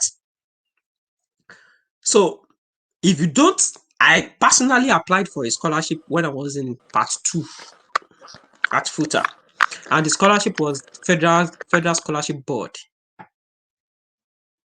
scholarship. So I applied and we were shortlisted for exam. On getting to the exam that day, I knew I was not going to be selected for the scholarship because there were people, I was an undergraduate, and the people doing undergraduate studies and the people that are doing postgraduate studies, they are competing for the same scholarship, and you pack us down there to be writing exam together in the same hall without supervision. There were 3 people that should be supervising us. One was sleeping at the front, the 2 other went out. The exam was supposed to be for like 2 hours or so. They didn't come back until 3 hours. We were just talking inside the exam hall. So I knew this is just rubbish. How do you select the best candidate out of this process? How possible is that? So eventually I didn't get to hear the feedback. In fact, I think I got the feedback in part 4 or part 5.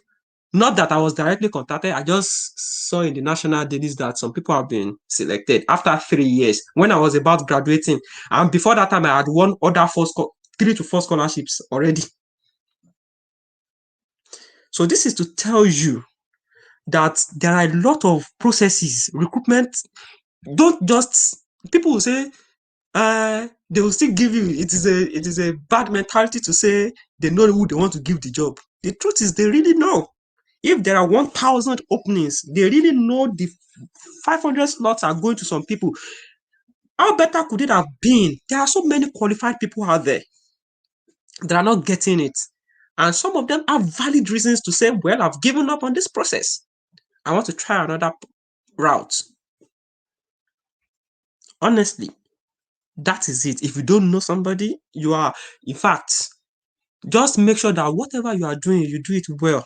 Because if people like us decided that because we are not going to make it, even if we put in our best, then we won't be where we are today. So it is just about doing what is right at the right time, and that should be always.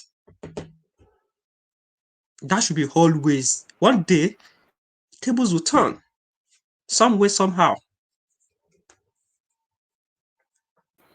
Thank you, Timilai. Yeah. That was a nice one. You were almost preaching. It makes a lot of sense. Thank you so Thank much. you. I think we will still have an opportunity with you to encourage Nigerians about and to educate us about how to apply for scholarship. Timilai, for our viewers, Timilai is someone who is experienced in getting highly competitive scholarships. Okay, so we will talk about that at another time. So for today, I still have Ben on the line. So now, Ben, I want you to give me an idea, just an estimate. What is the percentage of youths, the ones that you know that you think is, either doing it or have the, possibility or propensity to do it, to do internet scam. I learned as at the last time that I read, I learned that there is between 2014 and 2020, I think June, that 99.5 million Nigerians have used the internet. So, which means, and it is been forecasted that more Nigerians in the next 3 years will be using the internet. So, what would you say is the percentage of people that are probably doing internet scam? Ben, are you there? Yes, I'm here, Mr. Paul. I'm here. Can you hear me? Yes, yes, we can hear Am you. I audible? Okay, okay. Like we discussed before, Mr. Paul, because I told you before, last time we discussed, I told you that 90% of the youths are going to or already into scam. I said it, you were surprised, but I still stand on my words. I said 90%. 90%.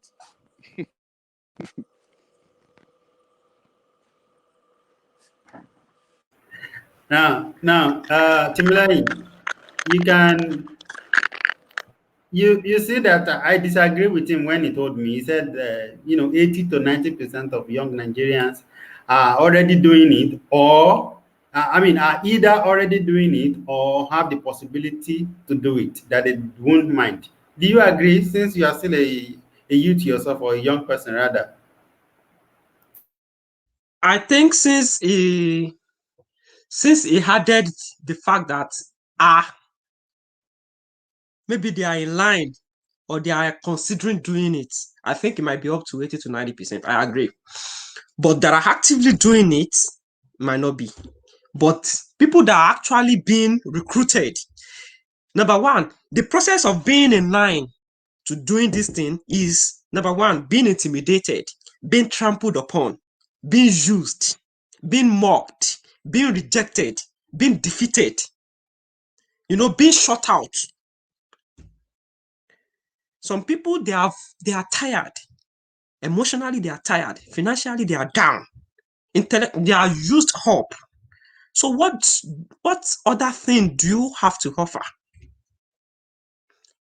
Because some people, in fact, some parents are not helping. Some parents are telling them, see, I cannot keep feeding you. I've tried my best. I've sent you to the university. You have to look for something to do. Some people are tired. They are very tired. So they might be considering it. I have a number of, okay, someone told me when I was in when I was in part 2, so there was ASU strike. Part 2 or part 3, there was ASU strike. So I brought my laptop home and I started reading on it. So I went to my mom's shop. So I was there. So if there was anybody that wanted to buy anything, I would attend to the customer and I would go back inside to read. So this guy, I think he came the first day, the second day. He used to be my friend when we were much younger. So I think we parted ways when we went to our institutions. So he now came, said, "Guy, what are you using this laptop to do?" I said, "Well, I read and afterwards I play PS2. Then PlayStation." He said, "Oh, you are wasting resources. I wish I had someone that could get me a laptop." I said, "How? How am I wasting resources?" He said, "You should be making money with this thing. I'm telling you, this is 2014, 2015. 2014, 2015. So you should be making money with this thing." So the fact that the guy did not have laptop, you're already seeing it as a disadvantage. Like, the need for a laptop is not for any other reason. It is to make money, of course, illegally. So a lot of people are already considering it, except if we want to deceive ourselves. A lot of them. Well, that's quite unfortunate. All right, Mr. Ben, are you still there? Yes, Mr. Paul, I'm here. Okay, what do they usually call themselves? How do they recognize themselves? Because see, I've listened to a few. I've listened to a few young musicians in Nigeria, and I know even the older generation musicians, they used to praise money. We have a culture of praying money, and everybody is talking about money. But the younger generation of musicians, they either talk about money or they talk about women. You understand? So, but recently I've heard some music whereby they are deliberately mentioning the names of these Yahoo boys. Like there was one I was listening to, I watch on.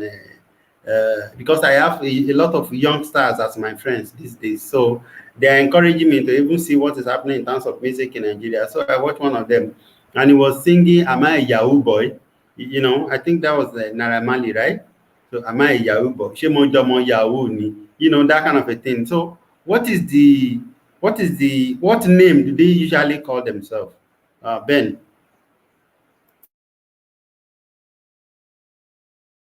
Okay, Mr. Paul, you are asking the name they call themselves.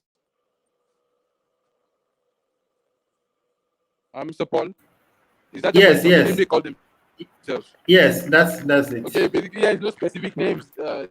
Names they call themselves. They call themselves G boy. OG. OG means original gangster. So they use this word more often. OG. Most of them they say blood. They call themselves blood. Then, for instance, someone's name could be Shegun. They call themselves Shegun Wire Wire. So these are the kind of names they use for themselves.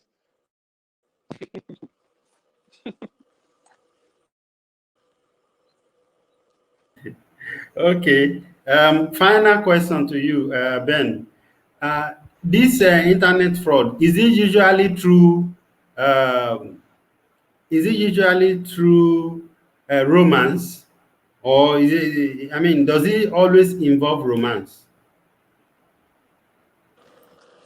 Uh, let me say 80% of the different kind of jobs under this scam is based on romance, because that is the easiest way to get these clients. It's one of the easiest ways to get these clients, because for the scam to be successful, there has to be trust.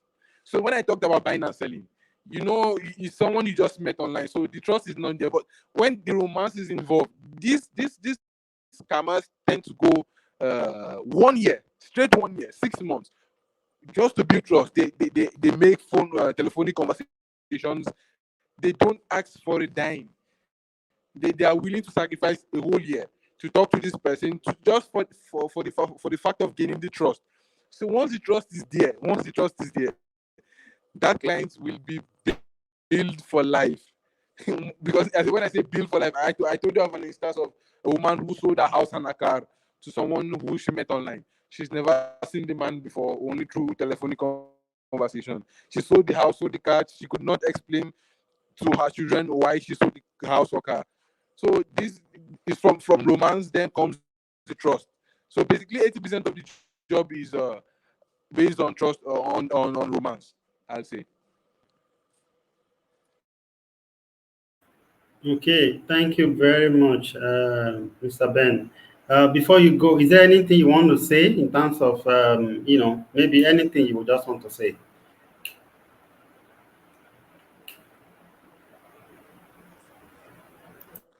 While I was explaining the soldier aspect of of the scam, I did not complete it. I was telling you about a parcel of $500,000, which they claim was rewarded to them by the government. So the way they collect the money from the clients is they tell the clients that you are the only person I have and the only person I trust, that we are in the war zone and there's nowhere where to keep this money. So the government said we should send the money to our homes. So they thereby make fake invoice, fake courier invoice. Then they create a courier email. Then this email sends they collect the client's email and they send it. Let's say this is the tracking number of this parcel. So this woman is talking to them through email, whereas it's the same person. He just created an official email just for deceiving the woman. So they tend to after maybe 1 week, then they notify the woman that the parcel is in the country, but there is an issue, that they had an issue with some agency and they have to pay a fine of $5,000, for instance. So this woman, in her mind, she's thinking there is 500,000 US dollars in this parcel. So she can sacrifice $5,000 as fine and take her money from the parcel. This is the way they build this woman. So she trusts the guy who sent the money. So she believes that truly there's an issue with the parcel on the road, and she pays the money $5,000. And once this woman deposits this money, that is the end. they lose communication. It will not take, because there is already trust. She has trusted this man. She'll still be in contact with this man and saying she pays also amount of money and the parcel has not gotten there. Then they will develop another format to extract money from this woman. So that's basically the soldier aspect of the crime. Over to you, Mr. Paul. Wow, this is overwhelming, and I don't know what to say. It's just it's a little too much for people to be doing this, and it's becoming prevalent. It is, and I learned that usually these guys target old women who are lonely, people who need companionship, or maybe divorcees or widows. And also they also target men. Also they target men who are also lonely, old men who are lonely, who cannot easily get partners, or maybe people who are in countryside, or Yes, and retiring. they also they target this disabled men, disabled people. The people with disability. There's a check that comes for them every month, disability check for their upkeep. So this is also one of their targets. Because they know that this man is expecting so amount of check every month, so they always try to cut in on that check also.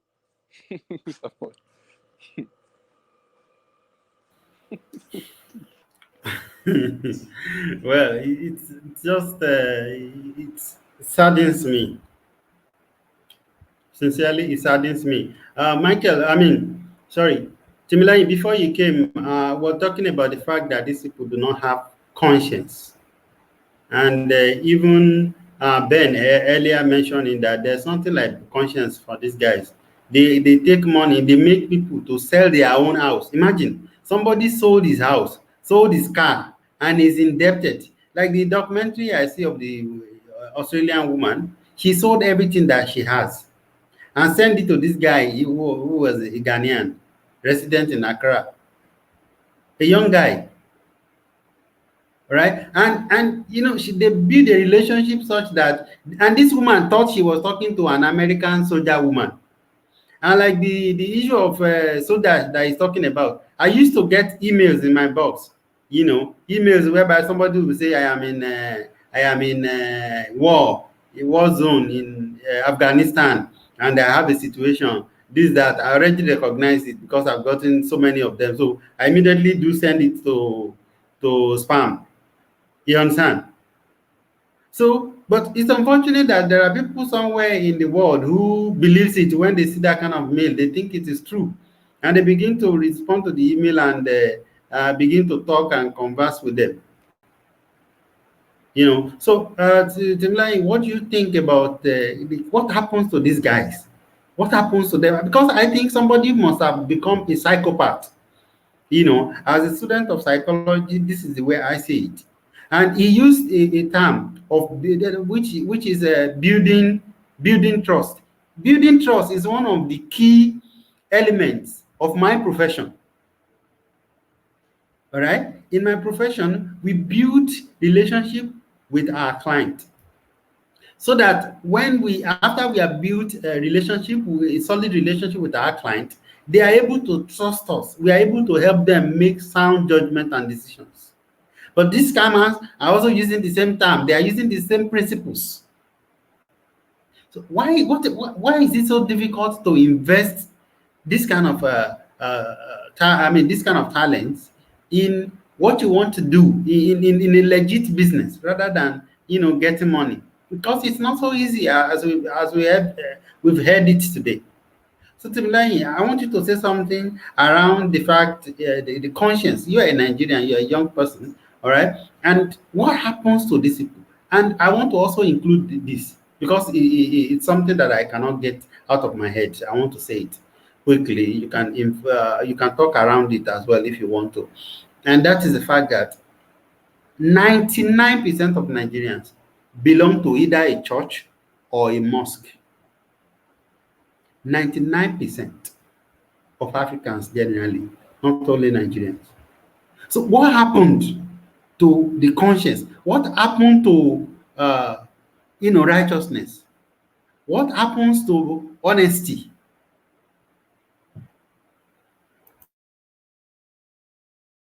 The truth is, if you're an honest person in this world, you are against a lot of people, and a lot of people are against you. In fact, they see you as a threat if you're honest. So the point that I'm trying to make here is that it is not a crime to be different.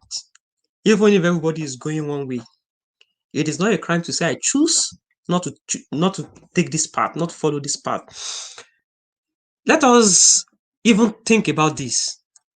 They are not doing harm to the victims alone, to the people they scam alone. They are doing a lot of harm to the nation, to the name of the nation. Now, every person that meets you, that asks you, where are you from originally? And you tell them you are from a particular place, then they begin to ask you more questions. When you meet, for instance, when you meet a British man and you ask him, where are you from?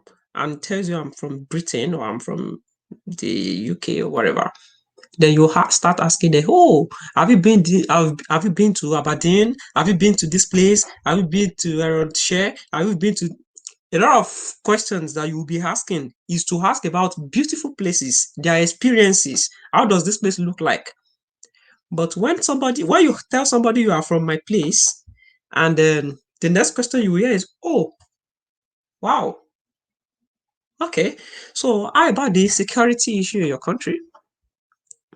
I hope you are a different person from all those people we hear that scam people. How is it? Are you tolerant? Do you belong to the Christian faction or the Muslim faction? Which one do you belong to? They will ask you questions that they know that borders around our issues in the country. So this is to tell you that people know what is going on in that country. So whatever you do has ripple effects on a lot of Nigerians outside the country, and in fact within. I think I heard that a lot of people that are trying to apply for jobs in the UAE and a lot of other places, they are being denied. Why? Because of their nationality. Meanwhile, you shouldn't judge 200 million people because of what 20,000 people are doing. But even in statistics, they will tell you you are a product of this society. Right? And so you cannot exonerate yourself from what is happening there. So we should know that we are doing a lot of harm to ourselves. Even if we do not have the opportunity to travel abroad, the children we will give birth to will do. And they are going to face the consequence. And by that time, you would not be proud to tell your children that you are one of those people that created the problem. Then regret will come in, and it is even another story for another day. But what I believe is happening is that their net value system is negative, because everybody has some positive sides. No matter what, they will still tell you. They will still tell you. Even the worst president you could ever mention has some areas that they will say, I give it to him. But overall, he had a poor performance. The best person has his own dark spots. So, but when the good is lesser than the bad, or the bad is greater than the good, then it becomes net negative. That is what results into all these scamming issues, because it is not as if they don't know. Put yourself in the shoes of this person you are scamming. Some of them get depressed. Some of them commit suicide. Some of them got rejected. Some of them became liability to their government as a result of what happened to them. So when we look at it critically, we are not only damaging some people's life, we are indirectly damaging our lives, because whatever you get from them will finish, and the name of that country will be tarnished forever. And a lot of us, including you, sir, you have experienced this, you have witnessed it, you have been on the receiving end. You have been there, you have been asked questions that are not supposed to be asked, that you are not supposed to be asked. You have been treated the way you are not supposed to be treated, because somebody somewhere is committing atrocities remotely. So it's just as if you are paying for what you did not get. You are paying the price for it. You are paying for it. And this is how it is going to continue. Whatever they do today is going to have ripple effect. Everybody at one point in time will have a relative that is traveling abroad. Everybody. It won't be worse. I have not seen it. I have not seen a family that they will say, in your family or your online age, nobody has traveled out. And they would experience it. There is no, even if you're a professor, you will experience it. And that is it. So I think if we try to keep talking about these things, we shouldn't keep quiet.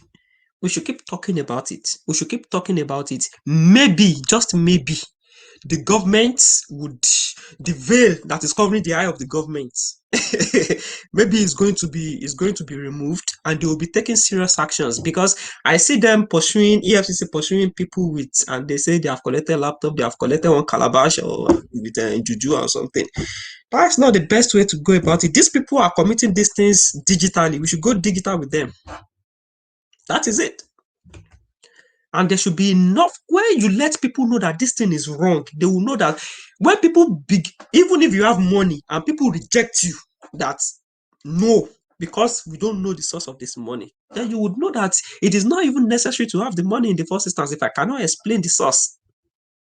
How do you explain it when someone that is just 18 years is driving Jeep, Benz SUV, and is going, and everybody say, hey, babao, boss man, give me this, anything for the boys? Then what do you think is happening to the person? You are oiling his ego that keep doing it. We're encouraging you, but when we reject them, when we let them know that this is not right, I think they will come to their senses, maybe. Thank you. Yeah, you make a lot of sense. Thank you so much. And like you said, I have been a victim. I've lost a friend. There was a time I was flying from Delhi to Abu Dhabi. You know, I was among the first 10 on the road to enter the plane. I think my plane was perhaps Etihad or Qatar Airways. I can't really remember. It was in 2018. So, and then, do you know that just because I was a Nigerian, huh, I became the last person on that row. Everybody else has been passed. They kept saying they want to confirm. What are you going to confirm? Are you going to call the immigration in Abu Dhabi to call whether I have a genuine visa or not?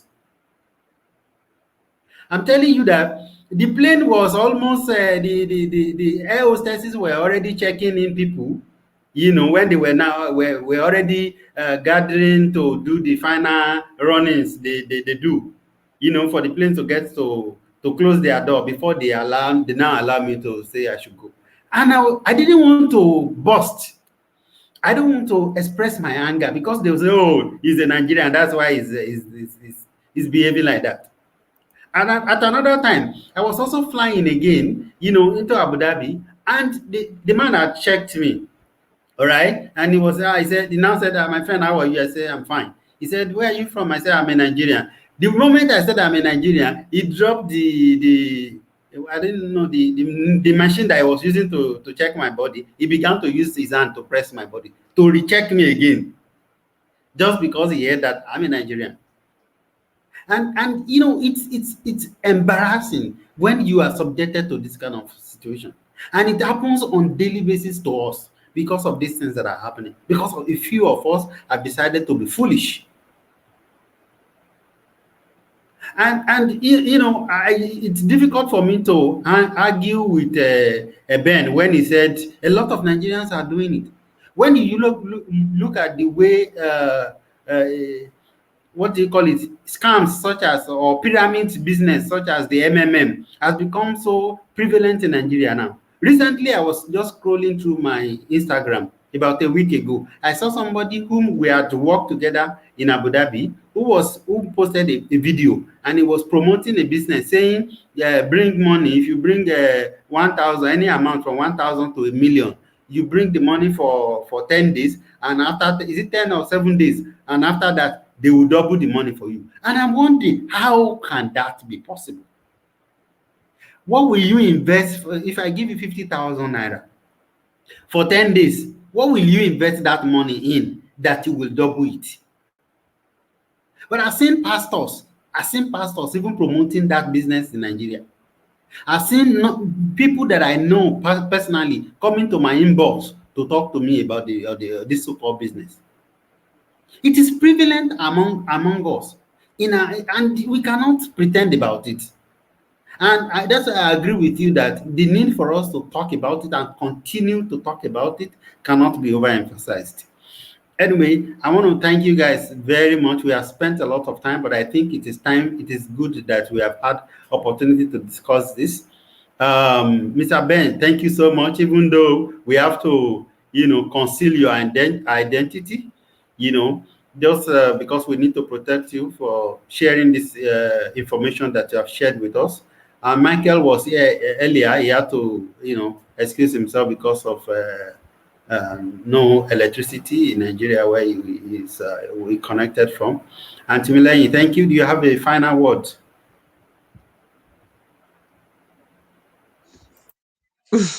I really do not have much to say, but I will just keep talking about this thing, and I will encourage us, in fact, especially our parents. We have young ones now. I believe if our failure is a failure of our parents, that's just the truth. Even though we have to accept it as our responsibility, we created it, but it started all the way from there. So we should keep imputing good values into our children. It is very, very important, because if our generation is this bad, what do we expect of the coming generation? So we shouldn't pass this baton of corruption to the innocent ones coming behind us. Every child is innocent until begins to learn from us. So everything we do, we are directly or indirectly mentors to them. They look up to us, and it is from us that they gain everything they start saying. they start doing.